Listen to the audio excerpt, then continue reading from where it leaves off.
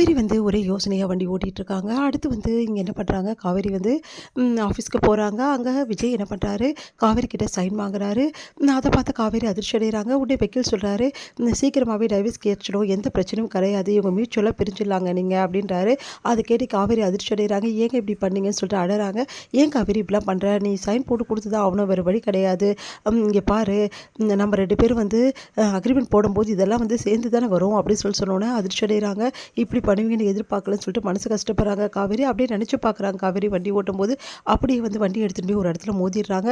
அப்போ வந்து அவங்களுக்கு நல்லா அடிபட்டுடுது. அப்படியே தலையிலேயே ரத்தமாக வழியுது. அதை பார்த்து விஜய் வந்து, "என்ன காவேரி இப்படி பண்ணிட்டேன்னு" சொல்லிட்டு உடனே ஓடி வந்து அப்படியே வந்து ஃபர்ஸ்ட் எய்ட் பண்ணுறாரு.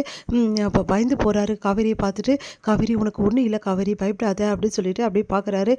சரி உடனே வந்து நம்ம ஹாஸ்பிட்டலுக்கு போகலாம். நான் இல்லைங்க, ஏதோ ஆஃபீஸ்க்கு போகணும், சைன் பண்ணணும்னு சொன்னீங்க. அந்த வேலையெல்லாம் அப்புறம் பார்த்துக்கலாம். அதெல்லாம் ஒரு வேலையே கிடையாது. முதல்ல உன்னை ஹாஸ்பிட்டலுக்கு கூட்டிகிட்டு போகிறேன்னு சொல்லிட்டு ஹாஸ்பிட்டலுக்கு கூட்டிகிட்டு போகிறாரு. இங்கே வந்து விஜய் ரொம்ப பதறி போய் அப்படியே பார்க்குறாரு. துடிச்சு போயிறாரு. காவேரிக்கு ஒன்றும் ஆகக்கூடாதுன்னு சொல்லிட்டு டாக்டர் கிட்ட போயிட்டு, "ஒன்றும் இல்லைல்ல, அவளுக்கு பிரச்சனை, எல்லா டெஸ்ட்டும் எடுத்துருங்க டாக்டர், அவளுக்கு ஒரு சின்ன பிரச்சனை கூட வரக்கூடாது" அப்படின்னு சொல்லிட்டு ரொம்ப அக்கறையாக பேசுகிறாரு. அதை பார்த்த காவேரி சந்தோஷப்படுறாங்க. அடுத்து வந்து, "இங்கே பாருங்கள், அதான் வேலையெல்லாம் முடிஞ்சிச்சுல, வாங்க அந்த சைனை பண்ணி கொடுத்துரு." "என்ன நீ சைன்லேயே நிற்கிற? அந்த பண்ணி தான் கொடுத்து ஆகணுமா சைன்?" "ஆமாங்க, உங்களுக்கு டைவர்ஸ் அப்ளை பண்ணணும்ல, அப்போ சைன் பண்ணி கொடுத்து தான் ஆகணும்." "இங்கே பாரு, அது ஒன்றும் டைவர்ஸ் பேப்பர் கிடையாது, வேற ஒரு விஷயமா தான் நம்ம சைன் பண்ண போக வேண்டியது இருந்தது, புரியுதா?" அப்படின்னோடனே அதிர்ச்சி அடைகிறாங்க. "நீங்கள் நிஜமாவா சொல்கிறீங்க?" அப்படின்னோடனே, "நான் நிஜமாக தான் சொல்கிறேன் காவேரி" அப்படின்றாங்க. அதை கேட்டுட்டு காவேரிக்கு சந்தோஷம் தாங்க முடியாது. அப்படியே வந்து ஹக் பண்ணிக்கிறாங்க. "என்னாச்சு காவேரி?" அப்படின்னோடனே, "ஒன்றும் இல்லைங்க, நீங்கள் என்னை டைவர்ஸ் பண்ணிடுவீங்கன்னு வச்சு நான் ரொம்ப பயந்து போயிட்டேங்க" அப்படின்னோடனே, "அதெல்லாம் ஒன்றும் இல்லை காவேரி, ஒன்றும் அக்ரிமெண்ட்டே முடியல, அதுக்குள்ளே எப்படி டைவர்ஸ்லாம் நான் பண்ணுவேன்? அப்போது அக்ரிமெண்ட் முடிஞ்சோடனே டைவர்ஸ் பண்ணிடுவீங்களா?" அப்படின்றாங்க. "அந்த கதையெல்லாம் அப்புறம் பார்த்துக்கலாம், முதல்ல உனக்கு உடம்பு சரியாகணும், வா போகலாம் வீட்டுக்கு" அப்படின்னோடனே, "என்ன இவர் இப்படி பேசுகிறாரு, டைவர்ஸ் பண்ணுற மாதிரி பேசுகிறாரு, பண்ணாத மாதிரி பேசுகிறாரு, எனக்கு ஒன்றுமே புரியல இவர் கதை, இவர் ஏன் இவர் குழப்பத்திலே என்னை வச்சிருக்காரு" அப்படின்னு சொல்லிட்டு காவேரி யோசிக்கிறாங்க. அடுத்து வந்து இங்கே வீட்டுக்கு வந்தோடனே காவேரி வந்து நடந்த விஷயத்தை எல்லாத்தையுமே வந்து எல்லாருமே சொல்கிறாங்க.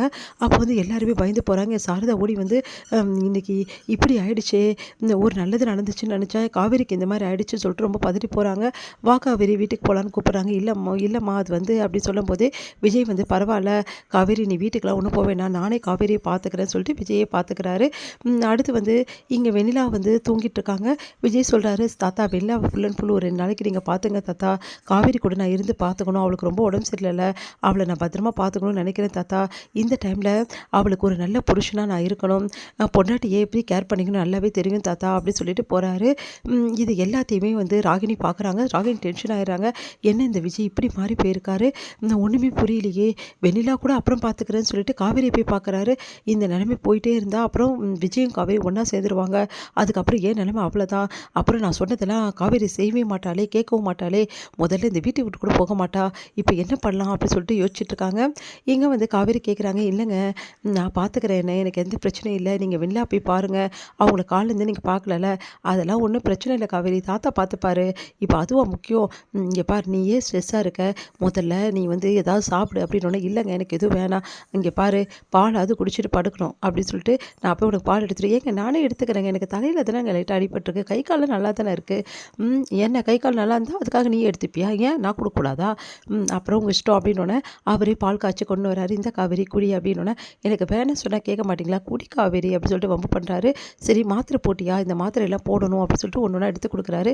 "இங்கே பாரு, நீ 2 நாள் கம்ப்ளீட் ரெஸ்ட் எடுக்கணும், ஆஃபீஸ்க்கு வர வேணாம், நான் பார்த்துக்கிறேன் எல்லாத்தையும், அதே மாதிரி உன் கூட இருந்து ஃபுல் அண்ட் ஃபுல் உன்னை கவனிச்சுப்பேன், சரியா" அப்படின்னோடனே அப்படியே சந்தோஷம் தாங்க முடியல காவேரிக்கு.